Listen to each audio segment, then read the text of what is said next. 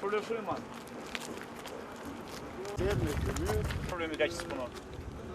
Filtra kuzhineta nuk e di çfarë ashtu, po nuk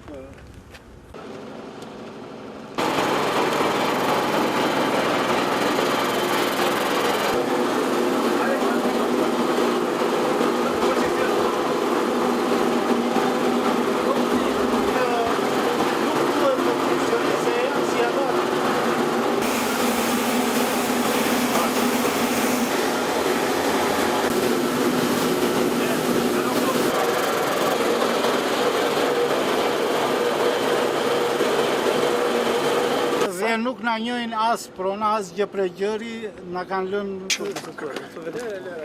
Zoti Çela, jeni përgjigjur thirrjes banorëve për të ardhur këtu dhe për të parë nga afër situatën në Martirë të Gorishtit. Çfarë keni konstatuar dhe cilat janë hapat dhe masat që do të merrni? Atëherë, unë jam përgjigjur shqetësimeve në vazhdimsi të qytetarëve.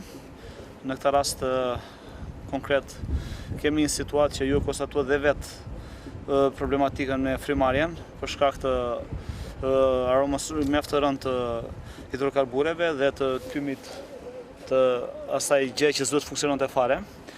Dhe konstatoj që kemi një dëm shumë të madh ekologjik. Kemi probleme me rrjedhjen e naftës, me kontaminimin e tokës, të ujrave, të kullotave ku janë baktit dhe përpasoj edhe të vetë baktive gjysgjallë, që do të thotë më shumë sëmundje infektive, nxitjen e disa lloje kancereve dhe për më tepër keqëritje të fëmijëve, të vegjël. Të mjeturit kanë probleme me rritjen. Këto janë problemet kryesore që sipas këshillimit që pata me ekspert krijon kjo situatë, ndërkohë që kanë bërë thirrje Inspektorati Shtetëror dhe Ministrisë Ambientit, cilët mjedisjet të cilët ju përgjigjen faktikisht thirrjes time dhe tashmë po marrin masa konkrete për rregullimin e kësaj situate.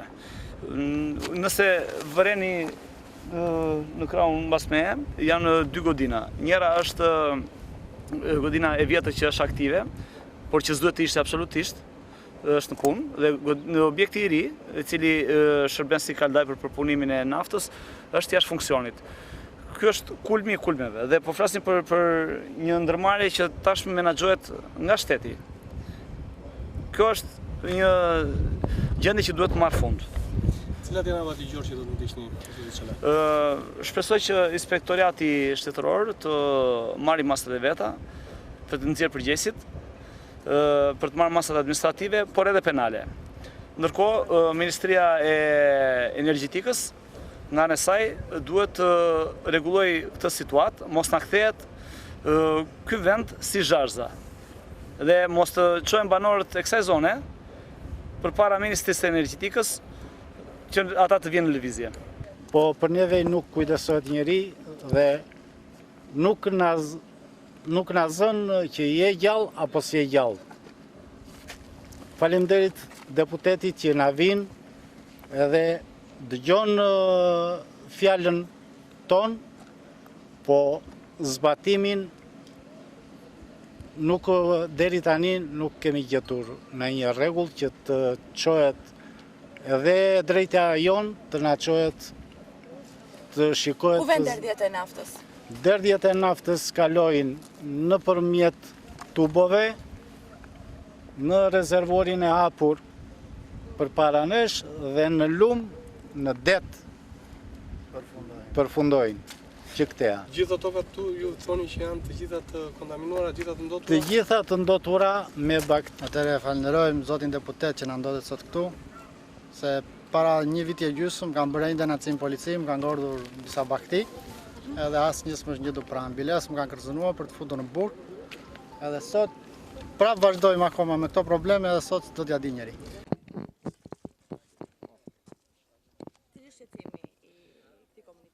Shqetësimi i këtij komuniteti, në radhë të parë është ndotja e ambientit, që bëhet me shkarkimin e ujit që bën firma, që tani tashmë është Alpetrol, bën shkarkimin e ujit në terren të hapur, duke krijuar probleme në vdekjen e personave, siç ka ndodhur në fshatin më tutje Peshkat, që ka vdekur dhe personi, ka ngordhje baktish, ka dhe çdo ditë rrezikohet jeta e banorëve, e punëtorëve që janë këtu, e njerëzve që kalojnë, është shqetësimi më i madh. Siç e shikoni dhe vetë, ka ndezur dhe furrin e vjetër që nuk duhet jetë i ndezur, për asnjë lloj mënyre nuk duhet ta ndezin atë se është. Ajo është procesi i punimit të naftës bruto që e përpunojnë për ta shitur, për ta marrë petroli.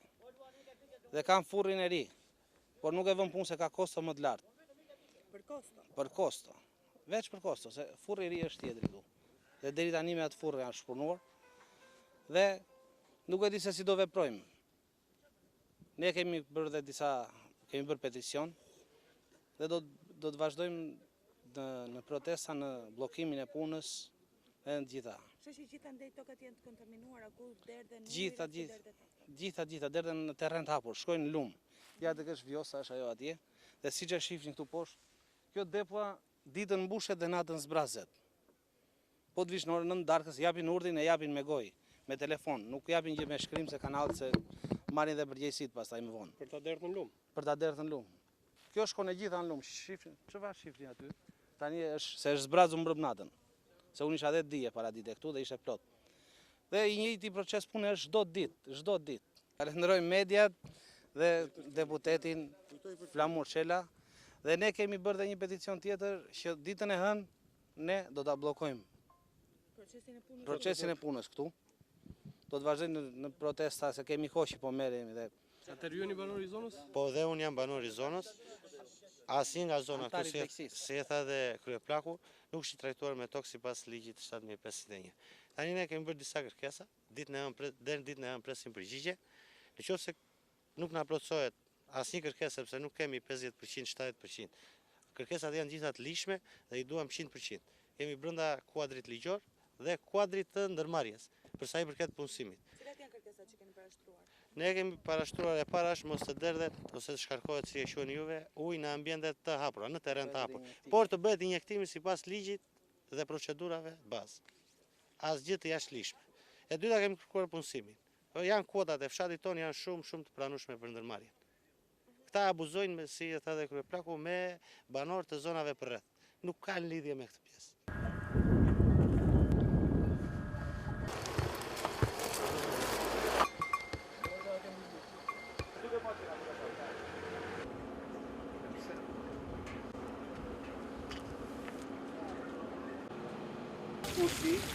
Të mblidhen këtu dhe nga këtu po atëve që do të thotë. Këtë ashtu të dita ty se pas asaj dhe më tregon mua atë punën e rrjedhjes në orën 9. Këtu gjithë ujërat që duhet të hidhen prapë në fush, i marrin e derdhin këtu. Nga këtu i hapin e të vajtë në lumë. Ja, doppio e apre così